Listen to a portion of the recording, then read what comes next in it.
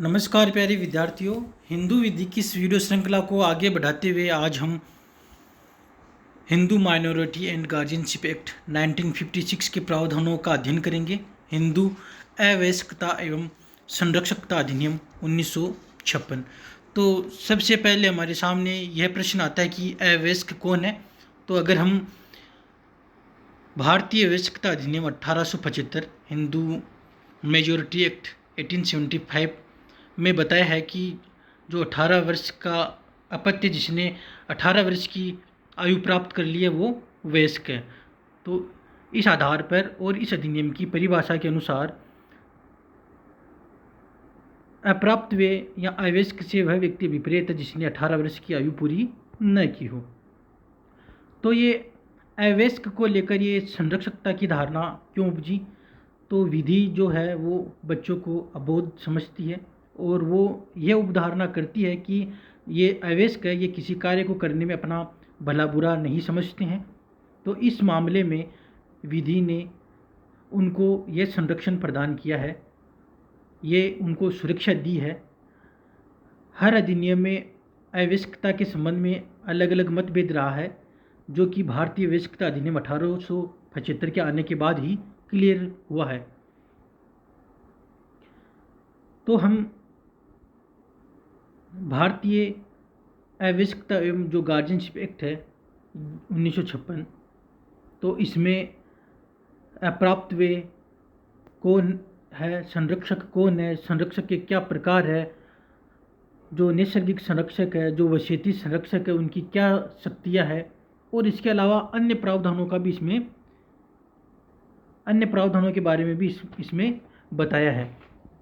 तो जो ये अधिनियम है ये 25 अगस्त 1956 को लागू हुआ है। और इस अधिनियम में हम परिभाषाओं को अगर हम देखें तो जो प्रमुख परिभाषा है वो अप्राप्त वे अर्थात माइनर अवयस्क की है। इससे वह व्यक्ति विपरीत है जिसने 18 वर्ष की आयु पूरी न की हो। और जो अगली परिभाषा है जो धारा 4B में बताई गई है कि संरक्षक कौन है, तो इस धारा में संरक्षक के बारे में बताया गया है कि संरक्षक वह व्यक्ति विपरीत है जिसकी देख रेख में किसी अप्राप्त वे का शरीर या उसकी संपत्ति या उसका शरीर एवं संपत्ति दोनों है।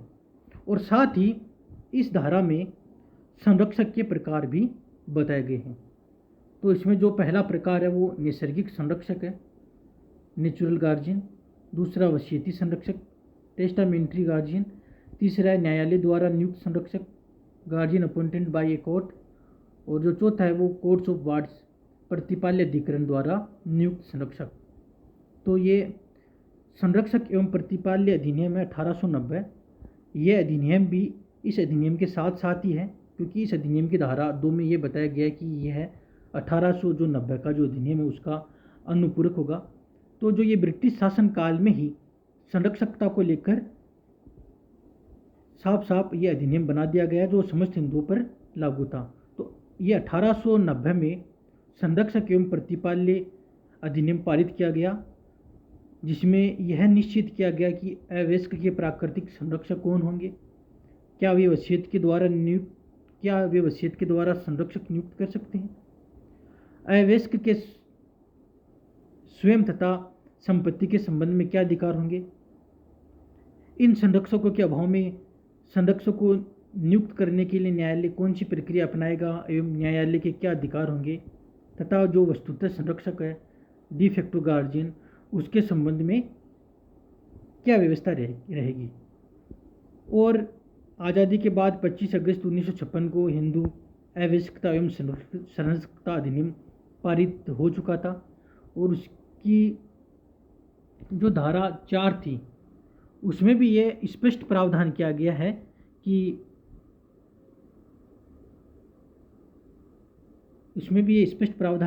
कि न्यायालय द्वारा नियुक्त या घोषित संरक्षक अर्थात प्रतिपाल्य अधिकरण से संबंध रखने वाली किसी अधिनियमित के द्वारा या अधीन संरक्षक की हैसियत में कार्य करने के लिए सशक्त व्यक्ति, तो इस अधिनियम के अंतर्गत जिस व्यक्ति को नियुक्त किया गया है वो भी संरक्षक की परिभाषा में आएगा। तो जो अवयस्क है धारा 6 ये बताती है कि natural guardian of a Hindu minor, Hindu अवयस्क के नैसर्गिक संरक्षक।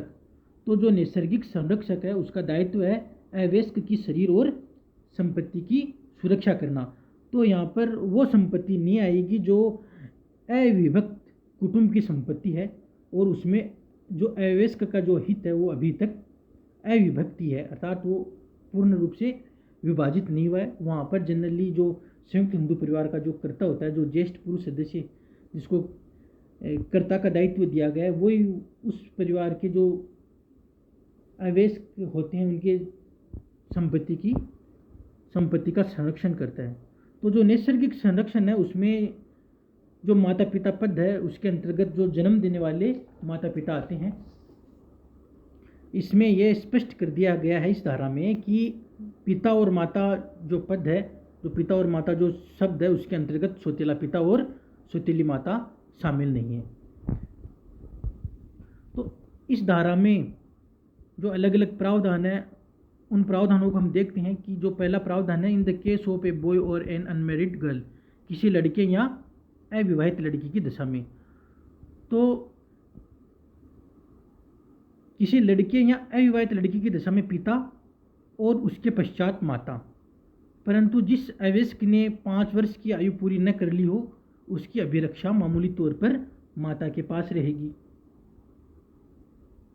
तो सबसे पहले पिता, तत्पश्चात माता, और माता को 5 साल तक प्रिफेयर किया गया है क्योंकि 5 साल तक का बच्चा बहुत ज़्यादा अबोध होता है, तो माता ही उसका लालन पालन करती है। उसके बाद में संरक्षकता पिता के पास चली जाती है। लेकिन यह आवश्यक नहीं है कि जो अवयस्क की संरक्षकता पिता के पास रहे। अगर माता उस अवयस्क के हित में कार्य करती है तो माता भी नैसर्गिक संरक्षक मानी जाएगी। जो गीता हरिहरन बनाम रिजर्व बैंक ऑफ इंडिया का जो केस है उसमें सुप्रीम कोर्ट ने साफ साफ कह दिया कि पिता की अनुपस्थिति या अक्रियाशील स्थिति, और जहाँ पर विवाह विच्छेद भी ना हुआ हो, माता और पिता के बीच में विवाह विच्छेद भी ना हुआ हो, लेकिन अगर माता अवयस्क के हित में अगर कोई कार्य करती है तो माता धारा 6 के अंतर्गत नैसर्गिक संरक्षक हो सकती है। तो ये कोई हार्ड एंड फास्ट रूल नहीं है कि पहले पिता तत्पश्चात माता के पास ही संरक्षकता रही। अधर्मज लड़के या अधर्मज अविवाहित लड़की की दशा में जो संरक्षकता होती है वो सबसे पहले माता और उसके पश्चात पिता के पास रहती है। और विवाहित लड़की की दशा में संरक्षकता पति के पास रहती है। लेकिन ध्यान रखिए, यदि कोई हिंदू पुरुष जिसकी आयु 16 वर्ष की है और उसका विवाह 15 वर्ष की स्त्री से हो जाता है, तो जो स्त्री का संरक्षक है धारा 6 के अनुसार माता पिता नहीं हो सकते, क्योंकि विवाहित लड़की की दशा में संरक्षकता पति के पास चली जाती है। और यहाँ पति स्वयं अवयस्क है, तो जो पति स्वयं अवयस्क है तो धारा 10 साफ साफ यह बताती है कि एक अवयस्क दूसरे अवयस्क का संरक्षक नहीं हो सकता। तो ऐसी स्थिति में वह व्यक्ति जो स्त्री के पति के शरीर और संपत्ति की देखभाल करने के संबंध में संरक्षक है उस स्त्री का संरक्षक होगा। और ये मान लेते हैं कि वो उस स्त्री का पति की मृत्यु हो जाती है और वो स्त्री विधवा हो जाती है, फिर भी उसकी संरक्षकता जब तक वह अवयस्क रहेगी तो उसकी संरक्षकता ठीक उसी प्रकार होगी अगर उसका अवयस्क पति जीवित होता, चाहे से वो स्त्री अपने माता पिता के पास ही क्यों न रह रही हो। तो जो पारसराम बनाम जो स्टेट का जो वाद है उसमें इलाहाबाद हाईकोर्ट ने कहा कि मृतक पति का सबसे नजदीकी सपिंड ही अवयस्क पत्नी का संरक्षक होगा। जब न्यायालय को यह प्रतीत हो कि नजदीकी सपिंड प्रतिकूल हित रखे तो उसकी संरक्षकता पिता के पास आ जाएगी, और अगर पिता भी न हो तो कोर्ट उसका संरक्षक नियुक्त करेगा। अब ये जो धारा 6 का जो स्पष्टीकरण ये कहता है कि कोई संरक्षक कब संरक्षक के तौर पर कार्य करने के लिए निरहित हो जाएगा, अर्थात जो नैसर्गिक संरक्षक है वो भी संरक्षक के तौर पर कार्य नहीं कर पाएगा यदि वो हिंदू नहीं रह गया हो, अर्थात वो किसी अन्य धर्म में कन्वर्ट हो चुका हो या वो उसकी सिविल डेथ हो चुकी है, अर्थात उसने संन्यास ले लिया हो, अर्थात वो संसार को पूर्णतः या अंतिम रूप से त्याग दिया हो। तो इस स्थिति में वो नैसर्गिक संरक्षक नहीं रहेगा।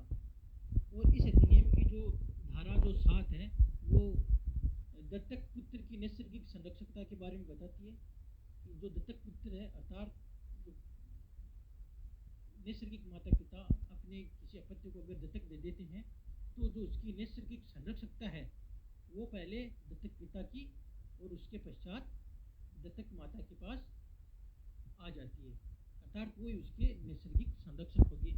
तो जिस तरह नैसर्गिक संरक्षक को वह क्षेत्र द्वारा संरक्षक नियुक्त करने की शक्ति प्राप्त है, वो शक्तियाँ यहाँ पर दत्तक ग्रहीता पिता और माता की रहेगी।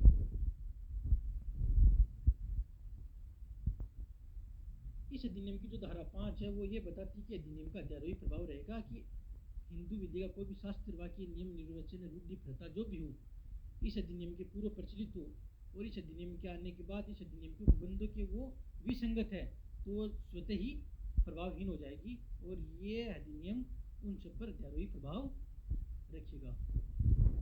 तो अगला जो वीडियो श्रृंखला होगी, अगला जो वीडियो होगा उसमें हम जो नैसर्गिक संरक्षक है और जो वशीयती संरक्षक है हम उनकी शक्तियों के बारे में विवेचना करेंगे। धन्यवाद।